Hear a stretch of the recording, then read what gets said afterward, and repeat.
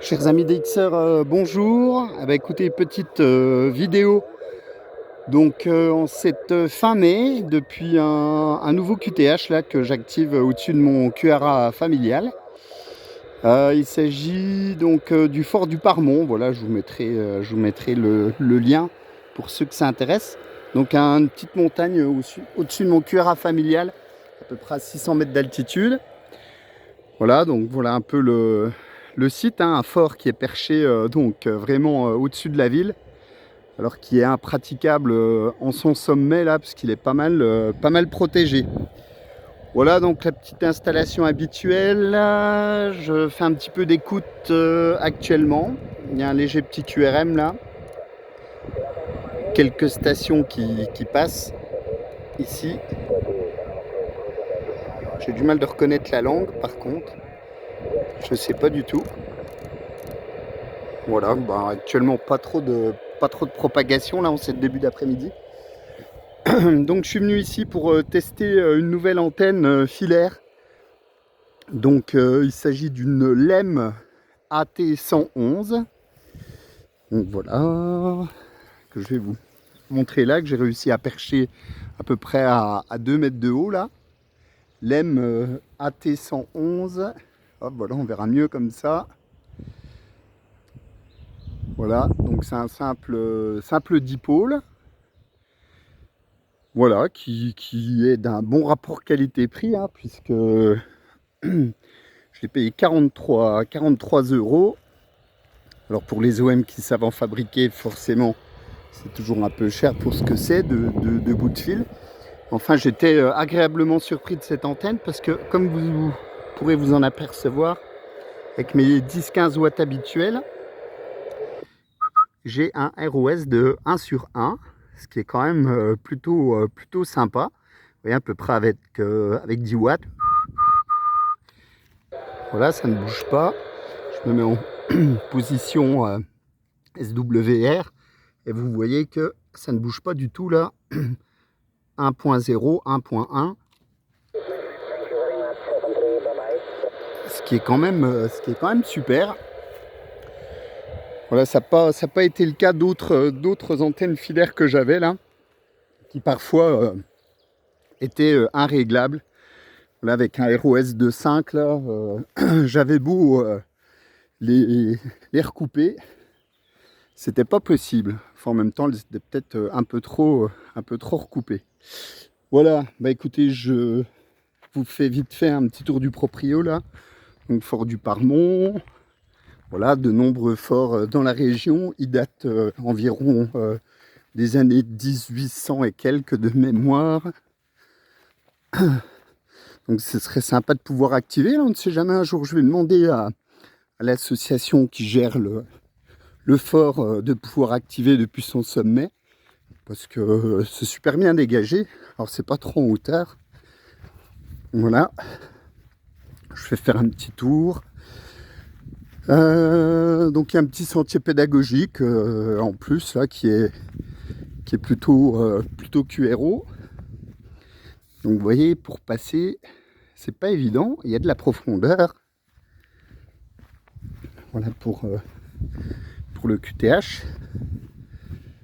Donc le sommet est juste là-haut, on voit le drapeau. Donc vous voyez, je suis quand même en contrebas. Forcément, hein, il se protégeait bien à l'époque. Puis il y a deux points de vue assez intéressants, dont celui-ci sur le QTH. Voilà, donc vue sur la ville de Remiremont. Voilà, exactement. Et juste au milieu, voilà, de la ville. Hop, je mets mon doigt juste là au milieu. Je ne sais pas si certains voient, il y a une espèce de bâtiment un petit peu orange. Vraiment là, au milieu, vous voyez, au bout de mon doigt. C'est mon QRA familial avec mon antenne mobile. Voilà, pas évident, hein, dans le béton de pouvoir trafiquer. Mais pour les OM qui ne connaissent pas le site et la ville, ça permet de voir qu'on est pas mal entouré de montagnes. Puis qu'effectivement, C'est une zone d'habitation assez importante puisqu'il y a quand même 10 000 habitants, ce qui n'est pas énorme, hein, mais ça provoque pas mal de QRM. Donc c'est pas évident de faire de la radio depuis le QRA. Voilà pour le QTH du jour. Voilà, bah c'est au calme ici. On entend les cloches.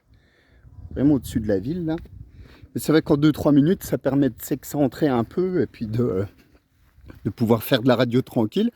Bon, c'est vrai qu'un jour, j'ai vu qu'il y avait des barrières. Ça fait longtemps que je ne suis pas venu ici. Je pense que j'installerai la Thunderbolt.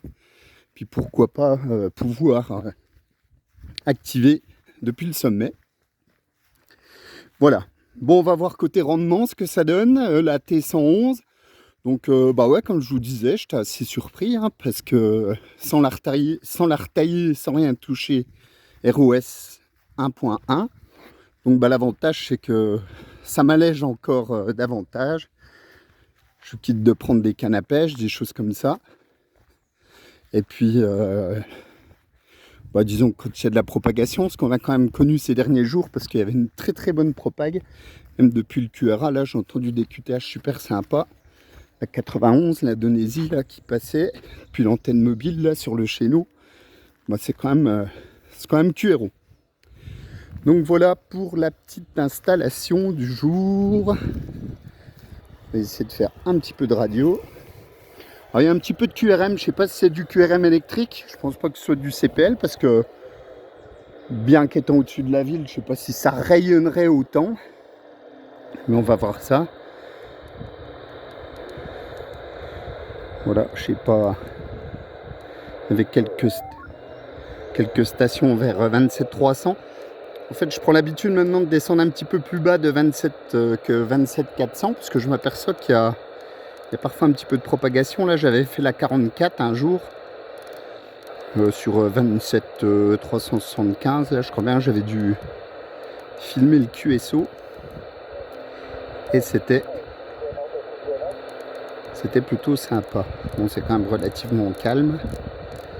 Forcément, c'est toujours la propague qui fait tout. Hein.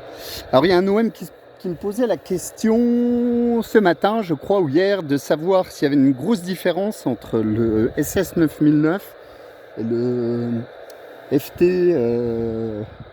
891 que j'ai, qui ressemble un peu à ce poste-là. Voilà, qui me disait qu'en fait, est-ce que, au regard du rapport qualité-prix, hein, puisque le SS 9009, vous le trouvez à peu près à 200 €, le 891, en gros, il est à 700. Est-ce qu'il y avait une grosse différence avec une puissance identique qui pourrait être montée jusqu'à 40 watts? Je vais lui dire que c'est pas du tout les mêmes appareils, forcément.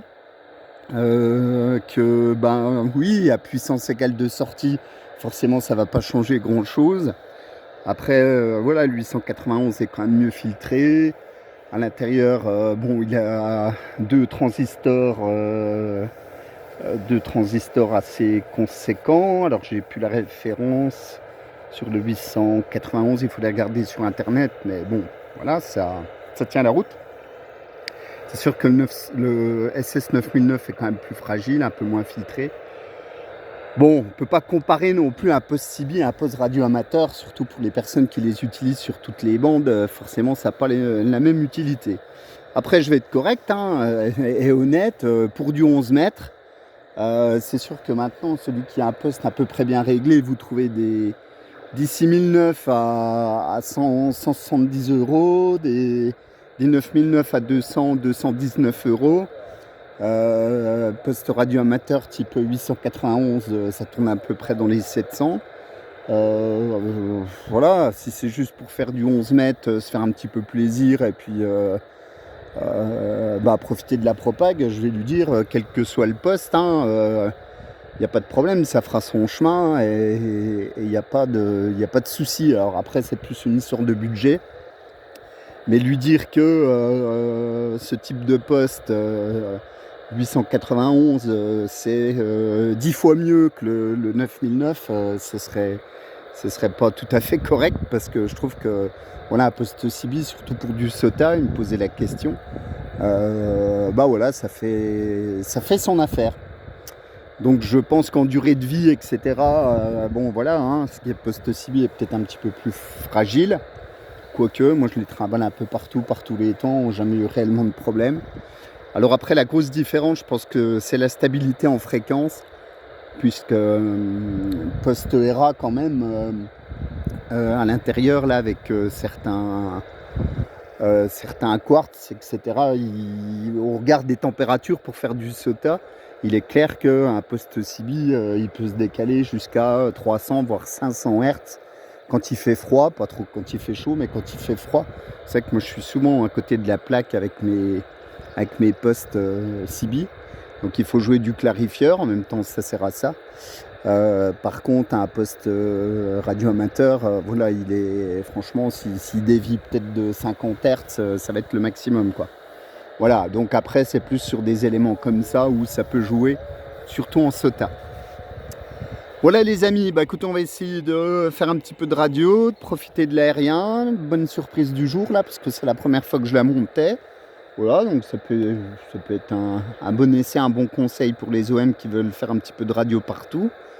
Ça économise du poids, voilà, abonnement 3 à 4 kilos, hein, entre l'antenne, la canne à pêche, etc. Donc voilà, c'est un bon compromis. Après, il faut trouver 2 arbres ou des points d'ancrage. Et là, c'est peut-être pas toujours évident. Voilà les amis, je me fais pas plus long, je suis très bavard. 73 à tous, bon DX. Je vous souhaite une bonne continuation, portez-vous bien. Puis je vous dis à très bientôt là sur d'autres QTH ou avec d'autres OM là. Je me ferai un plaisir de faire quelques QSO avec les personnes que je croiserai. 73 les amis, à bientôt.